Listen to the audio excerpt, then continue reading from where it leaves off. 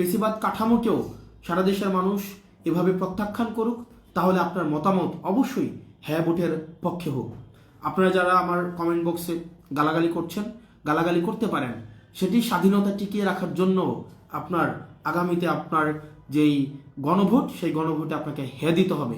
কারণ আপনি যদি হা না দেন, দেখা যাবে হচ্ছে কিছুদিন পরে বাসা থেকে কমেন্ট করার জন্য বাসা থেকে উঠাই নিয়ে যাবে হাসিনার মতো করে।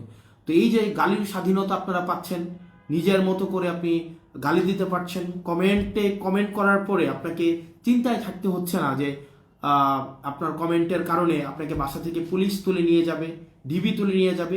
সেই স্বাধীনতাটাকেও যদি আপনারা স্থায়ী করতে চান, তাহলেও আমরা চাই গণভোটের পক্ষে আপনি ইয়েস এর পক্ষে অবস্থান করুন, হা ভোটের পক্ষে অবস্থান করুন। আমরা চাই না যে আমাদের ব্যাক স্পেসের ব্যবহার আমাদেরকে করতে হোক। আমরা 24 পূর্ববর্তী সময় আমরা দেখেছি যে আমরা একটা কিছু চিন্তা করলে আমরা তখনই বুঝতাম আসলে দ্বিমত প্রকাশের স্বাধীনতার অভাবটা কতটুকু, যখন কিছু একটা লিখে আমাদেরকে ব্যাক স্পেস দিয়ে আমাদেরকে মুছে ফেলতে হতো।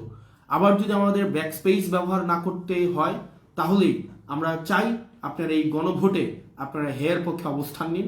এবং আমরা যারা এখন বর্তমানে বলার চেষ্টা করছেন আমাদের ফেসিবাদ কাঠামোর সবকিছুই লাগবে, শুধুমাত্র হাসিনা ছাড়া, তাদেরকে প্রত্যাখ্যান করতে হলেও আপনারা হা ভোটে অবস্থান নিন।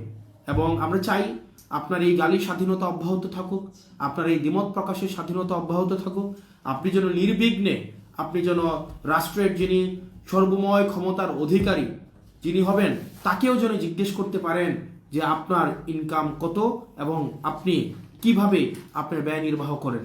তাকেও যেন আপনি নির্বিঘ্নে প্রশ্ন করতে পারেন, যেমন প্রশ্ন আপনি আমাদেরকে এতদিন ধরে করে গিয়েছেন।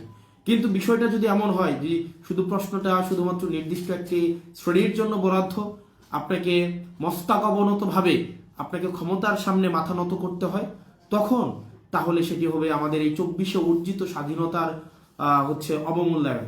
সেজন্য আমরা যদি স্বাধীনতাকে স্থায়ী করতে চাই, আমরা যদি প্রশ্ন করা অব্যাহত রাখতে চাই, দ্বিমত করা অব্যাহত রাখতে চাই, এই গালির স্বাধীনতা যেটি আপনি আমার কমেন্ট সেকশনে প্রয়োগ করছেন, সেটি যদি অব্যাহত রাখতে চান, তাহলে অবশ্যই আগামীতে গণভোটে হেয়ের পক্ষে আপনার ভোটটা হোক।